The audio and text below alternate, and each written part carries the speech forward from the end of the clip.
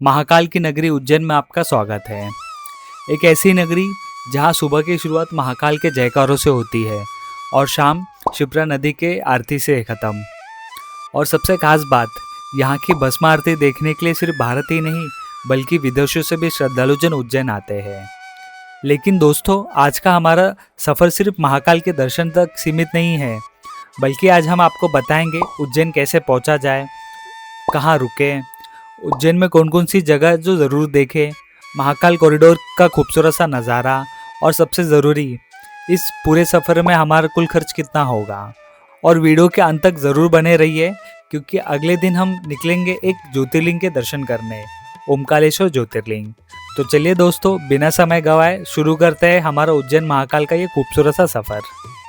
अगर आप पहली बार हमारा वीडियो देख रहे हैं तो आपको बता दूं कि मेरा नाम है कृष्णा और हम यहाँ पर लेकर आते हैं आपको भारत की सबसे खूबसूरत जगहों, धार्मिक स्थल और ट्रैवल डेस्टिनेशन की जानकारी। अगर आपको हमारा वीडियो पसंद आए तो इसे लाइक करें, अगर आप नए हो तो हमारे चैनल को सब्सक्राइब करें। दर्शन भी करेंगे और आपको घर बैठे घुमाएंगे भी। तो लेट्स स्टार्ट दी जर्नी। सबसे पहले बात करते हैं कि आखिर उज्जैन कैसे पहुँचा जाए। By air. अगर आप फ्लाइट के जरिए उज्जैन आ रहे हैं तो सबसे नज़दीकी एयरपोर्ट है यहाँ पे देवी अहिल्याबाई होलकर एयरपोर्ट, जो कि उज्जैन से 53 किलोमीटर की दूरी पर है।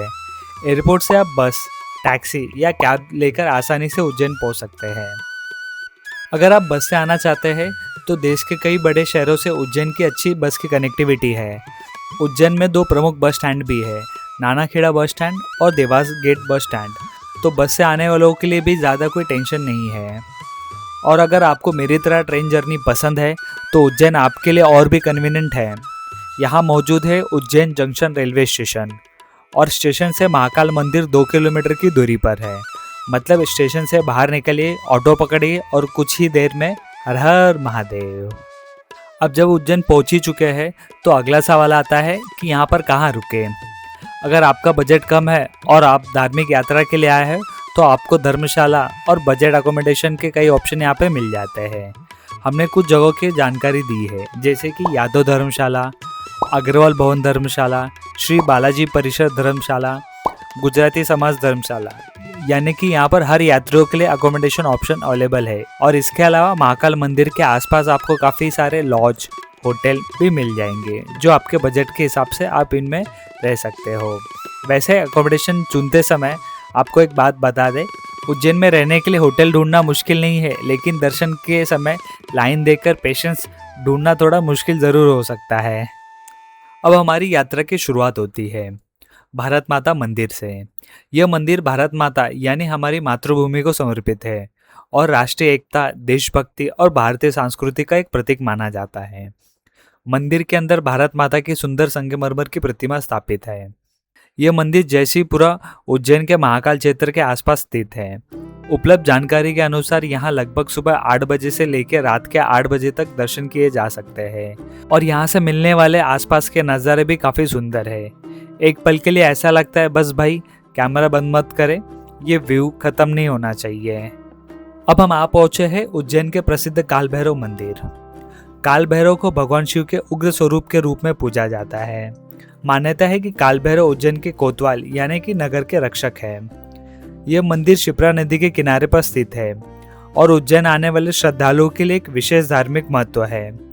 काल भैरव को भगवान शिव का एक शक्तिशाली स्वरूप माना जाता है और अष्ट भैरव में उनका एक विशेष स्थान है।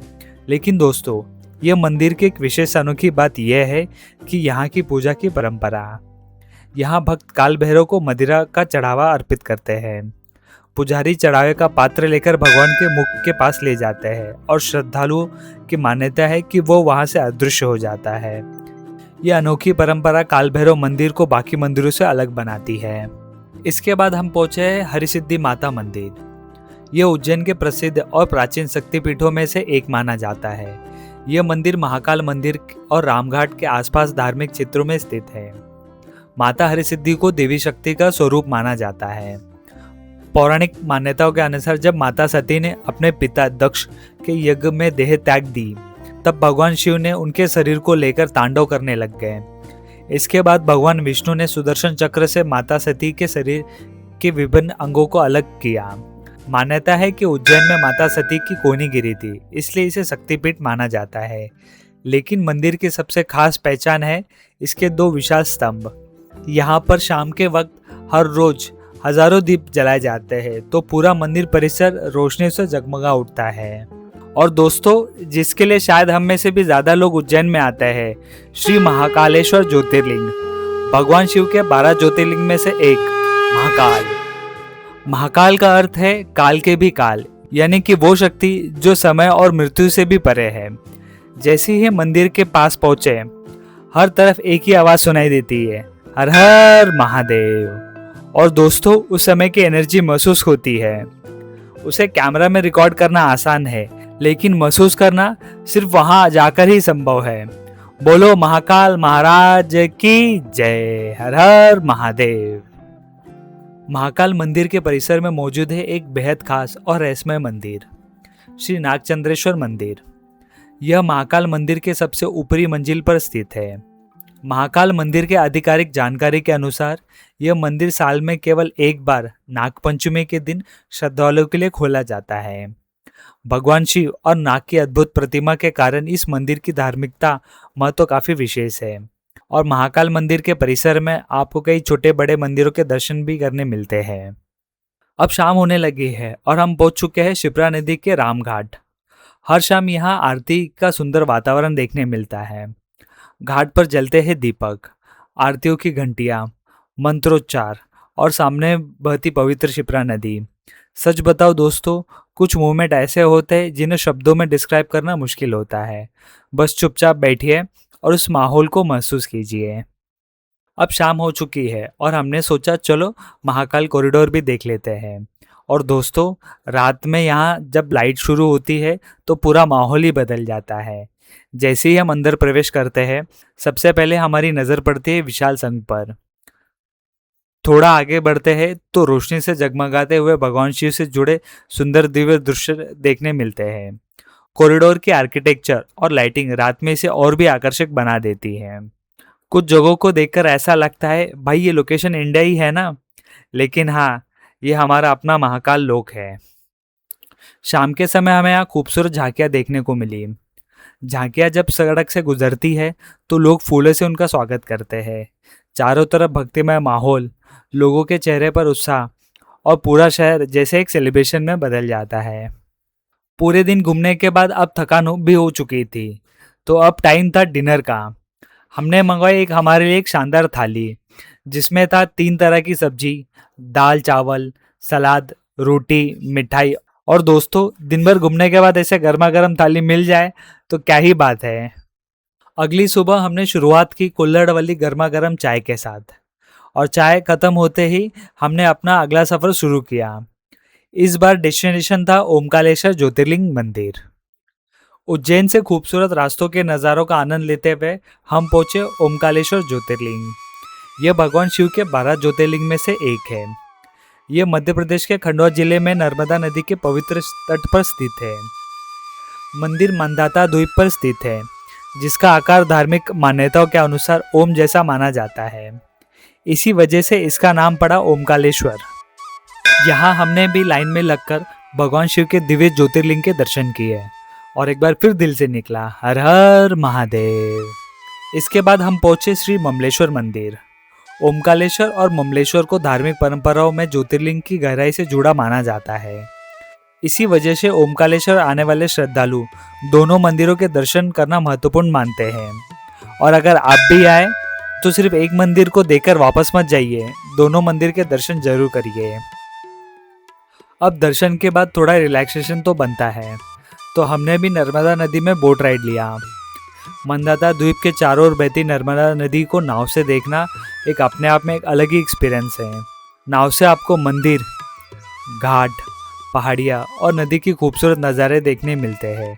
और भाई, यहाँ कैमरा तो अपने आप रिकॉर्डिंग मोड में चला जाता है, क्योंकि हर तरफ बस एक से बढ़कर एक व्यू है। बोट राइड के दौरान हमें दूर से डैम का एक खूबसूरत सा व्यू देखने को मिलता है। तो अब बात करते हैं सबसे इम्पोर्टेंट सवाल पर, इस पूरे सफ़र में हमारा खर्च कितना आया। अगर आप बजट में यात्रा कर रहे हैं तो लगभग होटल में आपका 1000 से लेकर 1500 रुपये तक खर्च हो सकता है, और फूड में लगभग आपका 800 रुपये, ट्रैवलिंग एक्सपेंसेस में, जहाँ पर आपका लगभग 1000 रुपये चला जाएगा, और अदर खर्चे मान के चलते हैं 200 रुपये। तो कुल मिलाकर लगभग 3000 से लेकर 3500 रुपये तक का आपका खर्चा हो सकता है। आप इस तरीके से बजट ट्रिप प्लान कर सकते हैं। हालांकि आपका खर्चा ट्रैवल मोड, होटल, फूड और शॉपिंग के हिसाब से कम या ज़्यादा हो सकता है। तो दोस्तों, कुछ इस तरीके से हमारा ये खूबसूरत सा सफ़र उज्जैन महाकाल से शुरू होकर ओमकारेश्वर ज्योतिर्लिंग तक पहुंचकर पूरा हुआ। इस यात्रा में हमें मिले महाकाल के दर्शन, काल भैरव का आशीर्वाद, हरसिद्धि माता का दरबार, शिप्रा आरती का अद्भुत माहौल, महाकाल कॉरिडोर की खूबसूरती और फिर मिले ओमकारेश्वर की पवित्र नर्मदा। उम्मीद करता हूँ दोस्तों आपको ये हमारा वीडियो यहाँ पर पसंद आया होगा। अगर आपके मन में उज्जैन या ओमकारेश्वर से जुड़ा कोई सवाल हो तो कमेंट्स करके ज़रूर बताएं। और अगर वीडियो पसंद आए तो इसे लाइक, शेयर एंड सब्सक्राइब ज़रूर करें, क्योंकि हमारा सफ़र अभी ख़त्म नहीं हुआ है। अगली यात्रा में हम आपको मिलेंगे एक नई जगह, एक नए अनुभव और एक नई कहानी के साथ। तब तक के लिए जय श्री महाकाल।